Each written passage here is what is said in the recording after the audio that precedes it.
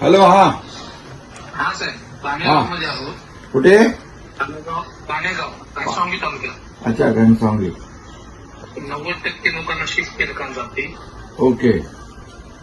आणि आता पाणी थोडं वाढायला लागलंय. वरून पाणी थोडं जास्त यायला लागले. पाणी वाढते. हा हा हा. पाणी दाखवतो तुम्हाला. बर.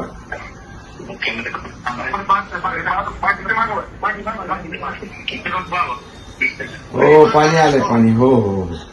पाणी आलंय. गोलकांच्या घरात पाणी गेलंय. घरात पाणी गेलंय. हो हो. 90% लोक शिफ्ट केले. बर बर. घनसावंगी आणि अंबड तालुक्या मतदारसंघामध्ये 10,000 लोकांना आम्ही शिफ्ट केलं. हा. 12 कॅम्प उभे केले. ओके. कॅम्पची वगैरे सगळी व्यवस्था आम्ही करतो. त्यांना जेवणाची व्यवस्था, त्यांना आता काही कपडे लत्ते अंगावर पांघरून वगैरे सगळं करा. हा.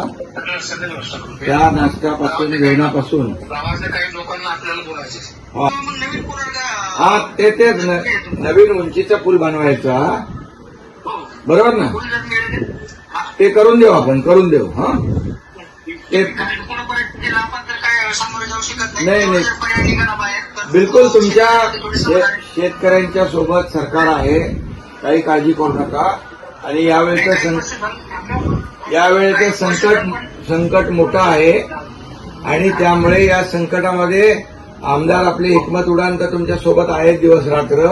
कार्यकर्ते आहेत, सगळे आहेत.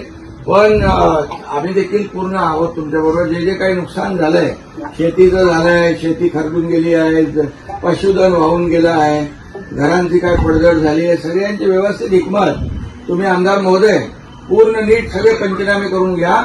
आणि त्याप्रमाणे आपण त्यांना सगळी मदत पण देऊ यावेळेस.